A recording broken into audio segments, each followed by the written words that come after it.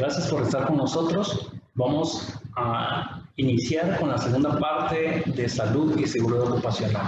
En el video número 1 establecimos cuál era el formulario que los inspectores del ICS o del Ministerio de Trabajo podrían usar al momento de constituirse en el centro de trabajo para hacer la revisión y el grado de cumplimiento que tengamos en la empresa. Vamos a continuar con los siguientes puntos, así que de nuevo vamos de lleno al tema y vamos a entrar a verificar el formulario que tenemos conocidos, que es del ICS, que vamos a ir desarrollando. Recordemos que este es el formulario, esta es la primera parte donde está el listado de verificación. Recordemos que el inspector va a llenar todos estos datos que nos pide de la empresa. Esto lo platicamos en el primer video. Recordemos que en el primer video desarrollamos de la medida número 1 hasta la 8. Esto, si no lo han visto, pueden buscar el primer video y verificarlo. El día de hoy vamos a continuar con la siguiente bloque del listado, que es el puesto de control. Número 9. Podemos verificar que ellos van a establecer el cumplimiento o no de que si la empresa tiene termómetro infrarrojo sin contacto. Esto lo encontramos desarrollado en el artículo 3. Recordemos que esto es del Acuerdo Ministerial 79-2020. Solo vamos a colocarlo ahí en pantalla el nombre del acuerdo para que lo remembremos de qué estamos hablando. Estamos hablando del Acuerdo Gubernativo número 79-2020, que esto es del 14 de junio del 2020. Esto lo desarrolló el Ministerio de Trabajo y lo publica la Presidencia de la República. Entonces, estamos hablando del artículo 3. Veamos, el artículo 3 dice obligaciones y prohibiciones de los patronos. Artículo 3. Todo patrono o sus representantes, intermediarios, proveedores, contratistas o subcontratistas y empresas terceras deberán cumplir con las directrices sanitarias que emitan y las que el Ministerio de Trabajo y Previsión Social estén obligados a. Y luego acá nos vamos al inciso F. El inciso F establece implementar un sistema de tamizaje de empleados al inicio de la jornada que evalúe síntomas del COVID-19 y la toma de temperatura de los empleados de conformidad con la guía que para el efecto emite el Ministerio de Salud Pública y Asistencia Social. Este sistema de tamizaje es un sistema de prevención para detectar a primera hora de la jornada laboral si uno de los empleados está con síntomas de un posible brote de COVID-19. Recordemos que la enfermedad presenta varios síntomas patológicos que son importantes detectarlos a simple vista. Uno de ellos es la temperatura corporal. La temperatura corporal debe ser verificada al inicio de la jornada por mecanismos o por tecnología sin contacto. Recordemos que lo importante en este tipo de virus y las prevenciones recomendables es que no tengamos contacto con las personas o el menor contacto posible, razón por la cual este sistema de tamizaje debe ser infrarrojo. El sistema de tamizaje infrarrojo permite tomar la temperatura sin un contacto directo con el paciente. Al inicio de la jornada, todos los trabajadores deben ser verificados con la temperatura. Recordemos que la temperatura corporal normal es 37.5 grados. En algunos criterios, 37.6 o en algunos son tolerables hasta el 37.8, pero posterior que suban de ahí ya se puede tomar como fiebre. Si un trabajador muestra un poco de temperatura superior a los rangos tolerables, podemos pensar superior al 7.6 grados, no deberíamos de dejar ingresar al trabajador y esto nos va a desencadenar una serie de protocolos para poder hacerle frente a un posible caso sospechoso. No estoy diciendo que esta persona tenga COVID. La persona puede presentar un poco de temperatura arriba de los parámetros por muchas razones, no porque tenga COVID. pero es el primer síntoma importante que debe saltar. Y entonces el artículo 3, inciso F, nos obliga a tener desarrollada la implementación de un sistema de tamizaje. El sistema de tamizaje no solo es la temperatura corporal, también está si la persona está tosiendo, está estornudando, si notablemente tiene sus ojos llorosos, si tiene molestias con la garganta, si tiene dolor de cabeza, si se siente en términos generales mal, que visiblemente se le note. Ese sistema de tamizaje debe funcionar al inicio de la jornada. Entonces, el numeral 9 del listado nos van a verificar que tengamos un sistema de tamizaje y uno de ellos, el punto más inicial o básico, es la toma de temperatura al inicio de la jornada de trabajo. Veamos el punto número 10. El punto 10 indica que deberíamos de proveerle guantes de látex desechables para el servicio de salud. Esto es bien importante que nosotros lo entendamos. Veamos, siempre en el artículo 3 del acuerdo 79-2020 lo vamos a ubicar en el inciso C. Último párrafo. El inciso C, último párrafo, dice: acción que debe ir acompañada de la dotación a los trabajadores del equipo de protección personal que corresponda conforme con el nivel de riesgo. Si volvemos otra vez al formulario, claramente establece guantes de látex desechables para el servicio de salud. Esto es únicamente para los trabajadores que están sometidos al servicio de salud, ya sea público o privado. Si en un centro de trabajo se desarrolla servicios de salud, es decir, tienen contacto con los pacientes, todos los trabajadores deben ser proveídos de guantes de látex como un protocolo normal de protección de salud. Pero no es recomendable y no es usual que se le brinde guantes de látex desechables a todos los trabajadores, porque no todos los giros comerciales son de alto riesgo. Esto es únicamente para las personas que se dedican al tema de salud. Los demás no deberían de utilizar guantes de látex desechable porque es un poco más de contacto. Veamos el número 11. Dispensador de alcohol de gel para manos. Esto lo vamos a ver en el artículo 3, inciso B. En el artículo 3 del inciso B.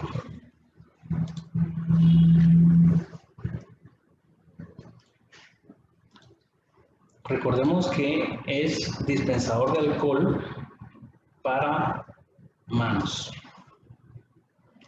En el artículo 3, inciso B, establece disponer de estaciones de limpieza apropiada de manos lavados con jabón o gel de alcohol mayor al 60%, especialmente en áreas de atención al público, baños y vestidores. Es una obligación del patrono que establezca estratégicamente y analice dónde colocar estaciones de limpieza para que las personas se laven las manos. Recordemos que una de las recomendaciones importantes para la prevención del COVID-19 es el lavado frecuente de manos. También tenemos otro punto en relación a la dispensador de alcohol en el inciso Q. El inciso Q establece proporcionar un dispensador de gel de alcohol mayor al 60% para la desinfección inmediata después de cada ingreso. En aquellos casos donde sea necesario el uso de marcaje electrónico en el centro de trabajo. Es decir, en muchas empresas tienen el marcaje electrónico, que es su huella digital, que los trabajadores al entrar marcan con su huella digital. Ese puede ser un foco de contacto si no se tiene cuidado. Previo a que las personas marquen y después a que las personas marquen, es recomendable que tengamos un uso de alcohol, un dispensador de alcohol mayor al 60%, ideal que fuera automático para evitar el contacto.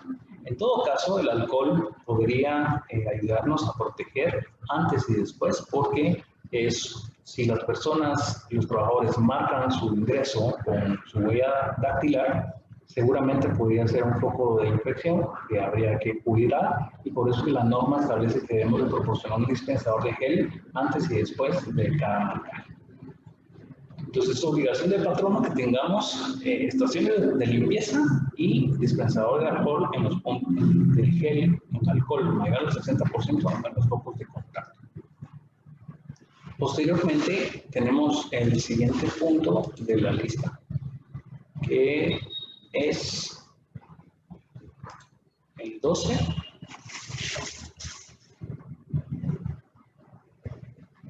El 12 que sería el protocolo de actuación por presencia de casos sospechosos de COVID-19.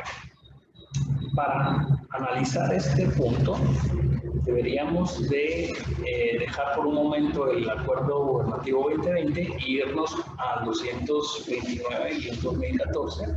Recordemos que esto es lo que regula todo el reglamento de salud y salud ocupacional.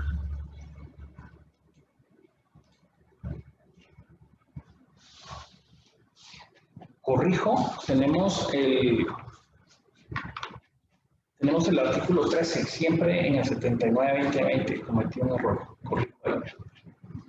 El artículo 13 establece que los planes en los centros de trabajo, ¿cuáles son los obligatorios? Y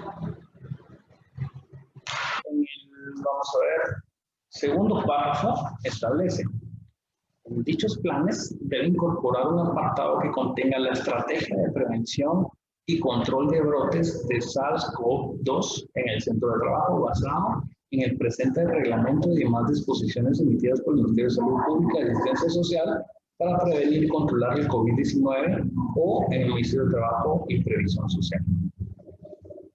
Entonces, dentro del plan de salud y salud ocupacional, definitivamente hay un apartado que es la política de la empresa para la prevención de esta enfermedad y estos contagios. Tenemos que recordar que para esto se concatena el sistema de aprendizaje, se concatena también un plan de ausentismo y varias herramientas que la norma nos marca para poder ir previendo en el centro de trabajo los contagios de COVID-19. Muy bien. Y tenemos también el área de aislamiento. El 13, área de aislamiento para los casos sospechosos del COVID-19. Esto lo tenemos regulado en el artículo 8. Siempre del acuerdo 79-2020. El artículo 8 establece, vamos a ponerlo en pantalla, el artículo 8 establece áreas de aislamiento. Establecer un área específica y temporal de aislamiento físico con el objeto de realizar procedimientos sanitarios que correspondan para aquellos casos sospechosos con el propósito de evitar su contacto con otros trabajadores o terceras personas mientras se atiende la situación por el Ministerio de Salud Pública y Asistencia Social o el Instituto Guatemalteco de Seguridad Social en el marco de su competencia. El área de aislamiento será desinfectada inmediatamente después de egresar el trabajador con síntomas de conformidad con la guía que perfectamente las autoridades del gobierno responsable. Quiero recordar que acá estamos utilizando de guía el checklist o el formulario que va a utilizar el inspector que verifica el cumplimiento y el grado de cumplimiento de las normas de salud y salud ocupacional. Estamos utilizando de guía este formulario. Sin embargo, en el ámbito que estamos, que es, veamos, vamos a ver en pantalla nuevamente el listado, es puesto de control. Realmente nos queda corto de manera gráfica el orden que el listado nos muestra, porque aquí ya nos está diciendo del sistema de contabilizaje, nos está hablando del protocolo COVID-19 que tiene que tener desarrollada la empresa y nos tiene que tener y nos desarrolla también el área de aislamiento. Esto también tiene que ver con un tema de transporte. Seguramente vamos a verlo más adelante, pero está de alguna forma un poco desintegrada. Aquí lo que estamos hablando en el puesto de control es el sistema de tamizaje, el protocolo de COVID-19 en el centro de trabajo que tiene que ver también con el área de aislamiento. El protocolo de COVID-19 para la prevención del COVID-19 debe ser desarrollado en el Plan de Salud y Seguridad Ocupacional. Dentro de ese protocolo están inmersos cada uno de estos ítems del 9 al 13. Sin embargo, eso es una manera de estudiar cómo sería la fiscalización o la inspección del cumplimiento de las normas de salud ocupacional. Para poder dar una asesoría integral en relación al cumplimiento de esta situación, debemos de tener una sesión con las personas, con las empresas, guiarles para el efecto o que ellos hagan su labor de investigación y estudio. Pero realmente acá lo que estamos desarrollando es ese puesto de que le llaman de control, que así lo nominan el formulario. Estamos de alguna manera estableciendo, verificando el protocolo de prevención del COVID-19. Entonces, el área de aislamiento es una parte esencial dentro de lo que la norma establece de cuál va a ser el protocolo si en el centro de trabajo hay un caso sospechoso.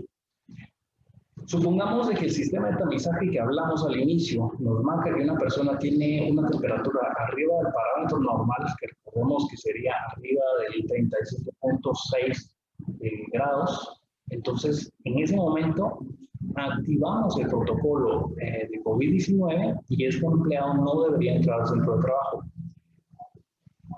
¿Qué más ocurre? Ocurren varias cosas. Si este empleado, por ejemplo, es un vendedor donde él desarrolla su actividad con otras 5 personas, la norma nos dice que tenemos que cerrar esa área donde él trabaja por 24 horas para poder desinfectar.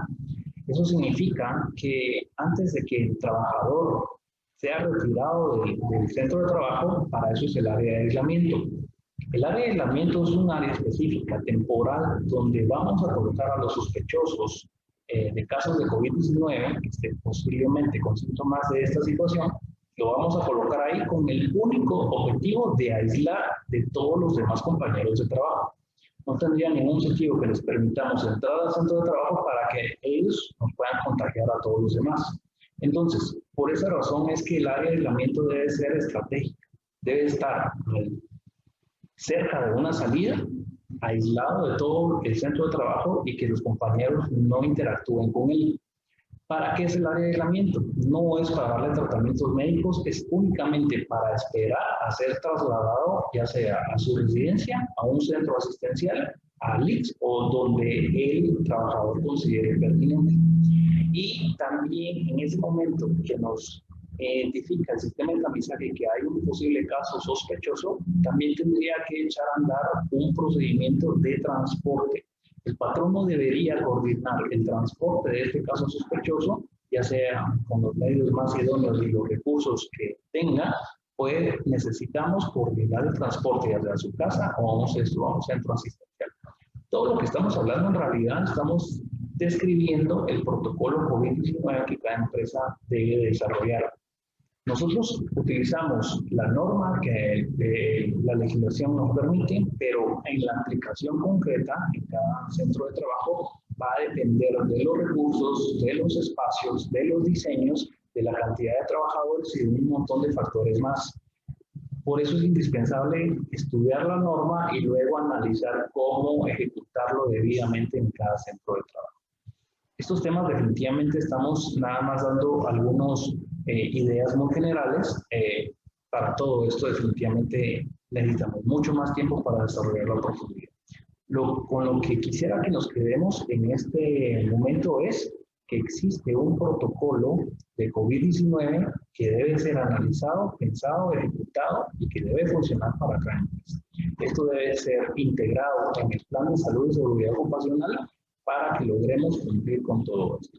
Entonces, en el checklist únicamente nos piden el termómetro, los guantes si fuese el giro comercial de servicios de salud, el dispensador de gel, que son las áreas de desinfección, y que tenemos que entregar a los trabajadores alcohol mayor al 60% para poder desinfectarse constantemente. El protocolo de COVID-19, que es lo que más, en realidad eso es lo más general, tenemos que tener ese protocolo y que dentro de ese protocolo está todo lo que hablamos y está el área de aislamiento. Hay mucho más que hablar, pero como estamos utilizando la guía de esta lista, nos vamos a limitar acá. Hay mucho más que hablar, seguramente hay muchas dudas, comuníquense con nosotros, con mucho gusto atenderíamos sus inquietudes. Vamos a continuar con el tema de la vigilancia epidemiológica. Esto es el ítem número 14.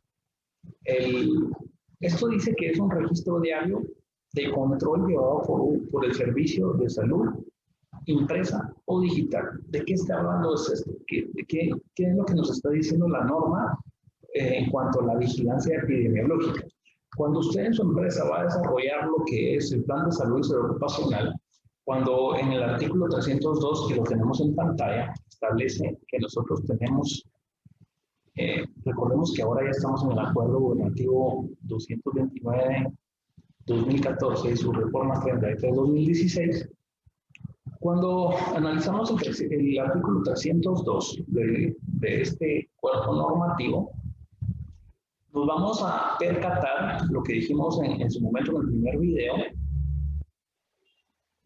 Vamos a seguir bajando acá. Estos ítems de A, B, C y D, este es el contenido que debería de tener un sistema, un plan de salud y salud ocupacional. Perfil de riesgos, miren el inciso B, es lo que está pidiendo el listado del checklist. Sistema de vigilancia de la salud de los trabajadores tomando como referencia el perfil de riesgos. Esto no lo puedo explicar tan detenidamente o tan correctamente en un lapso de un video tan corto, pero lo voy a tratar de explicar de la manera más sencilla. Dentro del plan de salud y salud ocupacional que toda empresa debe desarrollar, existe un elemento importante que lo establece la norma, que hay que desarrollar un sistema de vigilancia de la salud de los trabajadores. Esto es porque tenemos que entender que hay riesgos laborales, hay enfermedades profesionales y hay riesgos de salud y seguridad que cada puesto de trabajo está latente, va a afrontar. Para que tengamos, voy a poner dos ejemplos. No es lo mismo el riesgo que corre. Imaginemos un edificio de vidrio y han visto en esos edificios que hay trabajadores que utilizan arneses y maquinaria para limpiar los vidrios en el exterior. Solo imaginemos cuál es el riesgo que estos trabajadores están corriendo. El riesgo es que se reviente un lazo, que se caigan, que ocurra algo, que se desprenda algo del edificio. El riesgo es físico y existe un riesgo ahí latente. El trabajador no es el mismo riesgo que corre este trabajador que corre, por ejemplo, una secretaria telefonista que se encuentra sentada en un escritorio, en un mostrador atendiendo las llamadas. No estoy diciendo con esto que esta persona que atiende el teléfono no corra riesgos. Por supuesto que corre riesgos, pero no son los mismos riesgos que la persona que está limpiando los vidrios en un exterior del edificio. Identificar estos riesgos nos va a permitir analizar cuáles son los perfiles de riesgos en el centro de trabajo y ejecutar un plan para disminuir esos riesgos.